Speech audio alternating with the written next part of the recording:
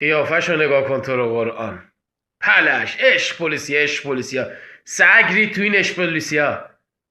اسماعیل کارتخانتون که رید، افشین شارلاتانتون که گوزید. هر کی از دبی میخواد بیاد ایران یه قالیچه میدوزه میده بهش، میگه خوش کردین.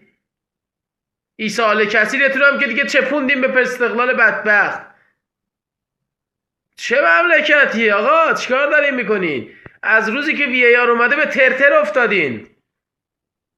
یا شاسون تراختار بازیکناتون که ماشاءالله پول بدی میکشن پایین، همینجوری شلوارشونو دارن فرار میکنن تراکتور. این بود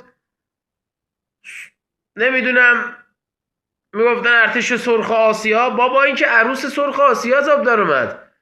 افشین شارلاتان نبود مگه برگشته بود به سرمربی الهلال گفت آقا بین نیمه بزن بازی